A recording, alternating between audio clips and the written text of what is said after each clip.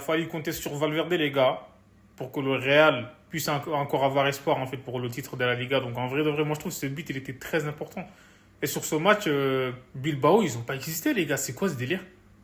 J'ai pas reconnu l'Athletic Bilbao, là, même si encore une fois il manquait Nico Williams, c'est pas parce qu'il manque un joueur, son frère aussi il était remplaçant au départ. Ils ont rien montré, ils ont fait que 3 tirs dans l'ensemble du match. Le Real, ils ont maîtrisé le match de A à Z. Ils ont eu la malchance de ne pas marquer très tôt. Vinicius il a marqué, mais bon, il avait rejoué au départ. Les gars, c'est incroyable en fait, la frappe qu'a mis Valverde, le gardien, en fait, il pouvait rien faire. Parce qu'Unai Simon, pour moi, c'était le long du match, en fait, il a arrêté toutes les frappes du Real. Mais là, sur cette dernière-là, c'est lui, il a fallu être vigilant.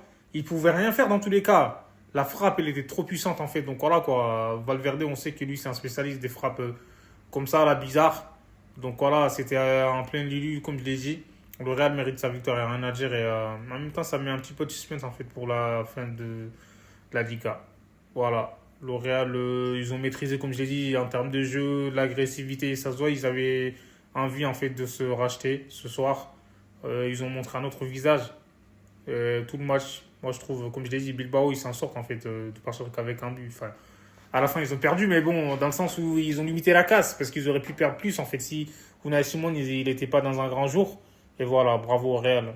Vinicius, il a fait un grand match, je trouve, hein. Donc, c'est vrai que là, il n'a pas été décisif et tout, mais je trouve que tous les dangers venaient de lui, en fait, de son côté. Il a fait danser les défenseurs de Bilbao, c'est n'importe quoi.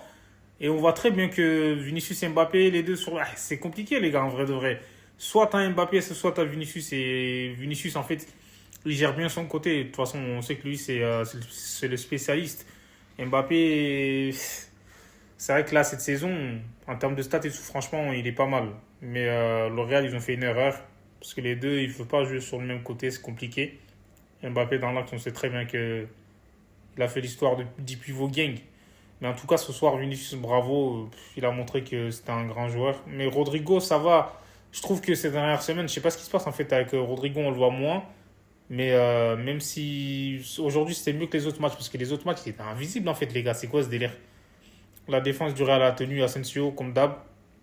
Et au milieu de terrain aussi, Kamavinga, Vinicius, enfin, Tchouaméni, ils étaient là. Valverde, il a fait le travail. Comme d'habitude, lui. Bellingham aussi, en vrai, il aurait pu marquer. Comme il est tombé sur.